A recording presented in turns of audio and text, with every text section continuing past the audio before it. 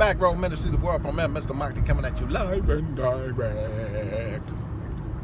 All right, so we looked at some of my favorite hip-hop albums, in my opinion, was some of the best hip-hop albums. And we looked at it, kind of split up the time periods. So we started from the mid-'80s to about 88, 89, about 85 to 89, somewhere inside of that. We went from 89 to about 92. So I was gonna do 92 straight out, but you can't really, it's not really fair. So we'll do let's do 92 to about 90, let's do 92 to about 96. Let's do another 4 years, do another 4-year break. So 92 to 96, some of my top five, this is my opinion of course, my top 5 hip hop albums of that time. So I'll say around this time I would start one of my favorite albums around that time. I'm gonna go with Biggie's second album. I'm gonna go with Life After Death. Double CD compilation, 2 CD set. All in all, when you look at the way that album is compiled, it's a great album. It was much better than Ready to Die. A lot of people might disagree, but I think Life After Death was a much better album coming out that 96, 97 time period. A much better album, a solid album for that time period. This is a very competitive, period inside of this 4 years. So we see a lot of double album compilations coming out, and it was 3 big ones during this time period. But all in all, if we talk about the quality of the production, the lyrics, how the album was arranged, this is by far Biggie's best album.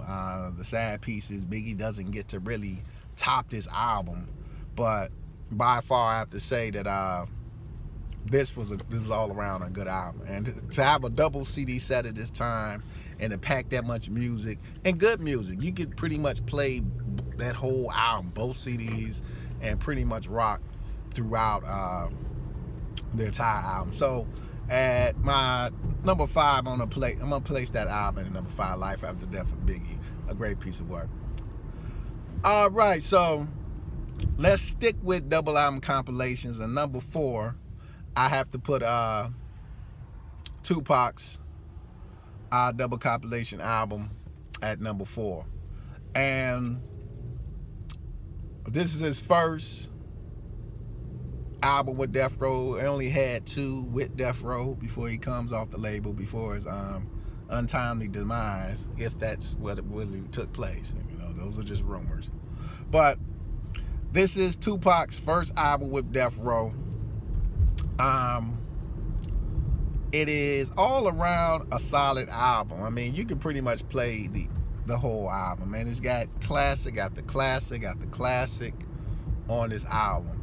And it's not his best work. That's why I have it at number 4. I was not a fan because I didn't like the flip that Pac made during this time period. But all in all, when you talk about the skill of Tupac to make anything work, this was a great album.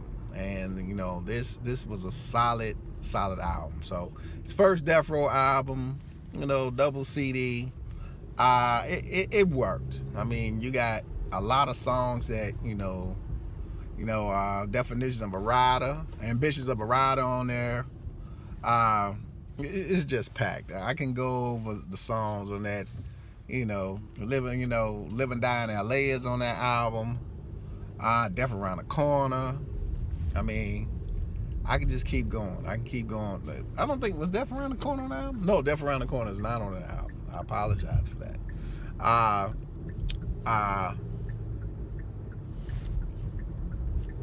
It's a lot of songs on that album. Let's just put it that way. Some of these songs, I forget some of the songs. But my favorite song, of course, is on that album would be, what's my favorite song on that album? Because I really didn't like California Love was okay. It's a good produced song. So it keeps you hype on that album. But I Ain't Mad At You by far is my favorite song on that album. And that pretty much holds the album together. And after that, everything pretty much just continues to build on that album. It's just a great album. It has a lot of great artists on it, and Tupac shows you how he can hold an album together. So at number 4, Tupac's double CD album coming out in '96. So those are 2 albums that were kind of in competition for that little time period. Number 3. Number 3. Where am I at with number 3? Which way do I go? Very competitive time period. So who do I put in the top 3 at this time? I'm talking about from 92 to 96. So at number 3, I'm going to take Ice Cube's second album, Death Certificate, is my number 3 album of that time period. And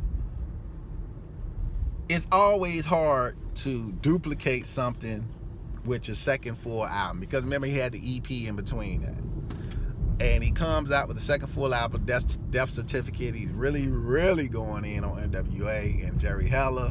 He's joined up with The Nation.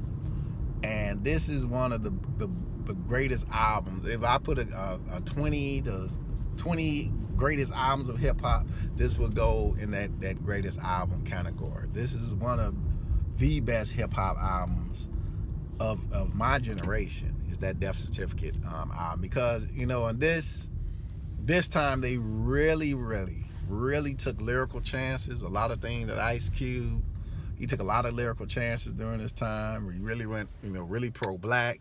And it works with Cube because the aggression in his rap, it works. And the production continues to be great with the Shockley brothers. All around an enjoyable album from beginning to the end. You enjoy everything about Death Certificate, and you love some of the knowledge he's dropping in Death Certificate. And it is Death Certificate, plus it got no Vaseline on it. I mean, need I say more? Need I say more why it's a great album? So Death Certificate, by far, one of the best albums of that little time period. Inside of that, had to throw that in my top 3. Number 2. What is my number 2 song of this time period? And like I say, this is a tough time period. Very tough time period. Number 2, nonetheless, inside of this time period, is Raekwon's Built for Cuban Links. Out of all the Wu-Tang albums, I've enjoyed plenty. I enjoyed most of the Wu-Tang albums, but we talked about legendary albums. Built for Cuban Links is a legendary album, put together perfectly, beats are perfect, and Raekwon, his delivery, his lyrics, really, it is a complete album, and it's one of my favorite albums of that time period, is that Built for Cuban Links album. Great production by RZA on that album, and everything is complimented, and just the way that Raekwon delivers his stories, with, of course, the help of the great Ghostface. They go together well. Anytime they get together on a track, it's solid. And with them mixing up the album, the rest of the Wu, but Raekwon pretty much holds this album together by himself. And, you know, out of all the Wu, I enjoy him the most, and his single albums the most, because he always has good stories, the production is good, and the lyrics are good. So I like the delivery of Raekwon. And Built for Cuban Links, all-time favorite album of that time period. I played that thing to scratches. I played that album to scratches, came up on it. I love Built for Cuban Links. It's one of my favorite albums of that time period. So before we get to number 1, from 92 to 96, what would be some honorable mentions around this time? Well, of course, we have to take Jay-Z's Reasonable Doubt. Could have been in the top 3, could have been in the top 5. Reasonable Doubt is a good album for Jay. It really cements that he's here. But, you know, Jay had been around for a long period of time, really didn't get a lot of respect, didn't get a contract around this time. But when he came with Reasonable Doubt, people began to say, okay, maybe Jay's got something. But one of his best pieces of work, not the best piece of work though, not the best piece of work, but one of his best pieces of work, got a lot of great songs on there. But, you know, all in all, you know, some people when Jay first came out, we were bumping Jay in college. They were not feeling Jay. It took a while for people to start feeling Jay. I was one of the ones who bumped Jay the hardest. And I only got upset at Jay because Jay started calling himself the king. And I'm like, hold up, Jay. You the same guy who didn't have a contract back in the day. You were rapping before some of these guys and you didn't get a contract. So, you know, all that, I kind of didn't like that with Jay when Jay came with that BS. But other than that, you know, Reasonable Doubt was a solid album. A lot of people didn't like it. I bumped it, but, you know, it was a solid album. So it get kudos for that time period. Snoop Dogg's first album. Now, Snoop Dogg's first album, when it first came out, I was not a fan of the album. But over a while, Snoop's delivery began to catch on. I felt that Snoop can hold the album together, but it was one of those things whereas, production-wise and, kind of getting to the album was a slow thing. So it took me a while to get into that album. So after a while, I started enjoying it, but it wasn't a quick catch-on album. So that's why it gets honorable mention. What else can we get honorable mention around this time? Okay, so honorable mention around this time, I'm going to give A Tribe Called Quest, Midnight Marauders album. A great album all along. You can bump this album. Good work on the album, but, kind of all over the place at times. It was a great album, though. I think Midnight Marauders was a very solid album. But it's during this time where the Tribe, they began to really have issues inside the group. You kind of hear it on some of the tracks. But, all in all, a solid album for that time. I wouldn't put it up in the top 5, but it was a solid album. It was a good piece of work. It was a very good piece of work around this time. Okay. And I'm going to also throw in there the reunion album for the Ghetto Boys. The reunion album for the Ghetto Boys. And this is the album with Ghetto Fantasy.